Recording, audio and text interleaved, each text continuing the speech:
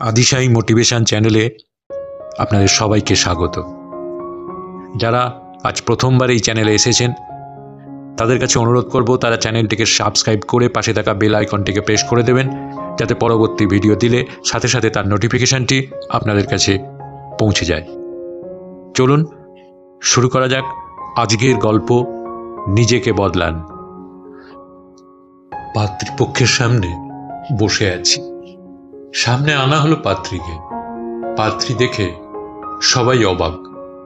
পাত্রীর এক পায়ে সমস্যা আছে, সামনে খাবার, কিন্তু পাত্রী দেখে খাবার কেউ মুখে তুলল না। পাত্রীপক্ষের বুঝতে আর বাকি রইল না যে পাত্রী আমাদের পছন্দ হয়নি। আমি ইশারা করে খেতে বললাম। মা খাবার মুখে নিল, আর আমার ছোট মামা খাবার খেতে রাজি হলো না। আমাদের ভাব লক্ষণ দেখে পাত্রীর চোখে জল চলে এলো, যা আমার চোখ এড়ায়নি। আমি সবার অনুমতি নিয়ে পাত্রীকে নিয়ে ছাদে গেলাম। দুজনেই চুপ করে দাঁড়িয়ে আছি। নীরবতা ভেঙে পাত্রী কথা বলতে শুরু করলো। চোখের জলেতে কাজল গলে গিয়েছে, কিন্তু নিচে পড়তে পারছে না মেয়েটির আটকে রাখার আপ্রাণ চেষ্টায়। কথা বলার আগে ঠোঁট হাজারবার কাঁপছে, গলাটাও কান্না চেপে রাখার জন্য কাঁপছে। আমি মেয়েটিকে পর্যবেক্ষণ করে চলেছি। মেয়েটি বলল, দেখুন, আমি জানি এইবারেও আমি রিজেক্ট হব। এই পর্যন্ত আমাকে 28 বার রিজেক্ট করা হয়েছে। কি কি রান্না পারেন আপনি? হ্যাঁ, বলছি আপনি কি কি রান্না করতে পারেন? মানে আমি একটু ভোজন রসিক মানুষ, তাই জিজ্ঞেস করছিলাম আর কি রান্না করতে পারেন। মেয়েটা কিছুটা অবাক হয়ে বলল, আগে আমি সব ধরনের রান্নাই পারি। ইভেন আজকে আপনাদের দেওয়া খাবারগুলো আমার নিজে হাতেই বানানো। এইবার আমি অবাক হলাম, এত সুন্দর করে খাবার বানিয়েছে। আমি তো ভেবেছিলাম সব অর্ডার করে আনা। আমি বললাম, বাহ, আচ্ছা শাড়ি কি নিজে পরতে পারেন নাকি অন্যের হেল্প লাগে? এইবার কিছুটা লজ্জা পেয়ে গেল।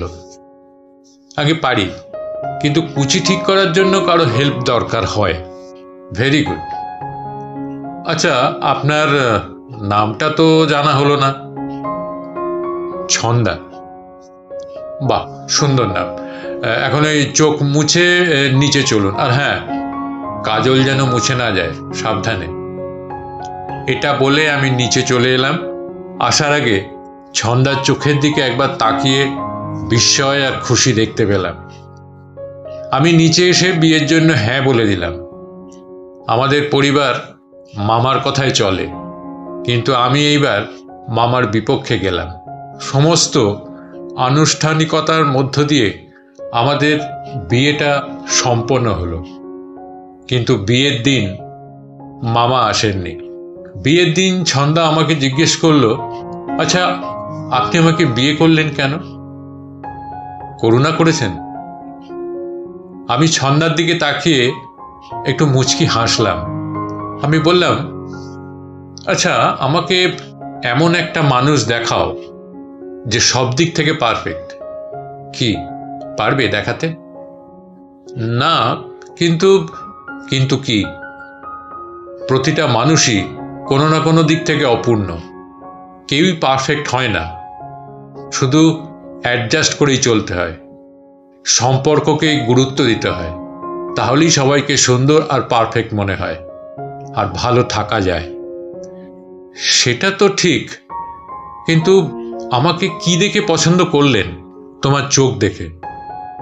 তোমার চোখে আমি শ্রদ্ধাবোধ আর একটা চাপা কষ্ট দেখেছি। জানি না কেন তার মায়ায় পড়ে গেছি। আর তাছাড়া যে মেয়েটা সব প্রতিবন্ধকতার মধ্য দিয়ে নিজের পড়াশুনো চালিয়ে গেছে, সে সব রকম সমস্যায় আমার পাশে থাকবে। আর তাছাড়া তোমার পায়ের সামান্য সমস্যা কখনোই তোমার ভবিষ্যৎ নির্ধারণের মাপকাঠি হতে পারে না।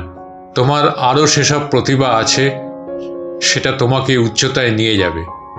আর এই লড়াইয়ে আমি তোমার পাশে থাকবো আজীবন। সেদিন ছন্দা অনেকক্ষণ আমার বুকে মাথা রেখে কেঁদেছিল। সে এখন কলেজের শিক্ষিকা, তার অনেক সম্মান। আজ আমাদের প্রথম সন্তান পৃথিবীতে এসেছে। আমার প্রিয়তমা আমাকে অনেক ভালোবাসে। আমার প্রতি তার ভালোবাসা, শ্রদ্ধাবোধ আর সম্মান দেখে আমি বারবার অভিভূত হই। একজন আদর্শ স্ত্রীর এতগুলো গুণ কখনোই একটা সমস্যার কাছে ঠুনকো হতে পারে না। সমস্যা তো আমাদের দৃষ্টিভঙ্গিতে। সমাজে কিছু মামা, কাকা, দাদার কারণে মাথা উঁচু করে কিছু করা যায় না। তারা বাধা দেবেই। তাদের এই বাধাকে ইগনোর করে সামনের দিকে এগিয়ে যেতে হবে। মানুষকে মানুষের মতন সম্মান করতে হবে। বড় কথা হলো আমাদের দৃষ্টিভঙ্গি বদলাতে হবে। ভিডিওটি ভালো লেগে থাকলে চ্যানেলটিকে সাবস্ক্রাইব করবেন, লাইক করবেন, কমেন্টস করবেন, পাশে থাকবেন, ভালো থাকবেন। নমস্কার।